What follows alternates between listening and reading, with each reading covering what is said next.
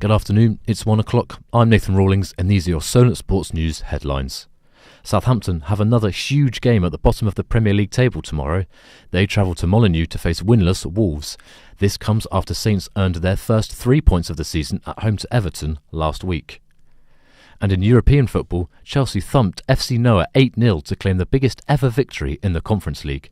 Blues boss Enzo Maresca is pleased his side didn't get complacent. Football is full of surprise. What I asked them before the game it was just to show how serious we are, how professional, and I think they show that, and it's an important message for all of us. Manchester United also won in the Europa League last night, beating Greek side PAOK 2-0. However, Tottenham couldn't overcome Turkish side Galatasaray as a Victor Osimhen double saw them lose 3-2.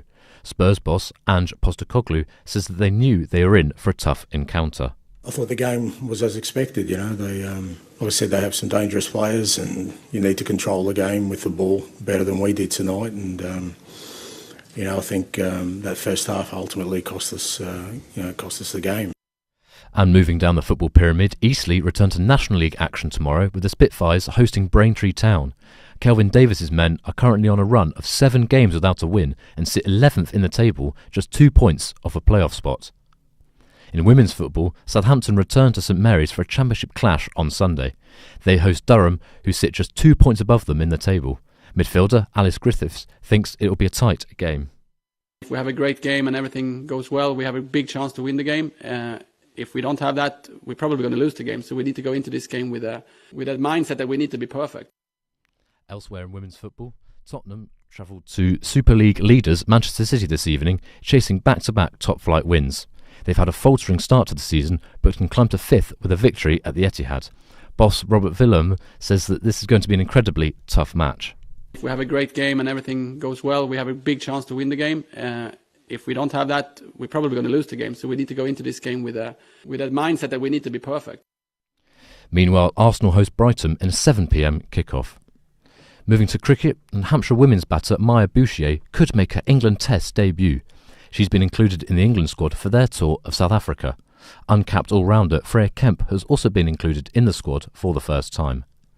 Meanwhile, England men host the West Indies in their first game of the International T20 series. With some breaking team news, here's our reporter Freddie Dorman.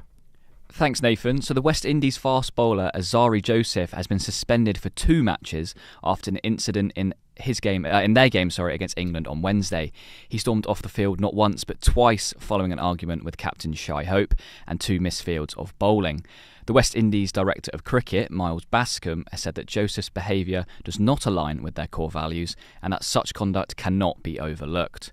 Joseph has since apologised, saying the passion got the better of him, but he is now unavailable for their T20 game tomorrow against England, which gets underway at 8 p.m. at the Oval. Thank you for that, Freddie. Into rugby now, and Dublin awaits the latest instalment of the rivalry between Ireland and New Zealand tonight in the Autumn Nation Series. They were knocked out by the All Blacks in the quarter-finals of last year's World Cup in France. But Ireland captain Caelan Doris insists tonight's match won't be about revenge. I think every time we play them, there's a good rivalry, there's mutual respect, there's 2 good top sides going against each other. From last Monday when we first came together, it was about our progression, our evolution, getting better.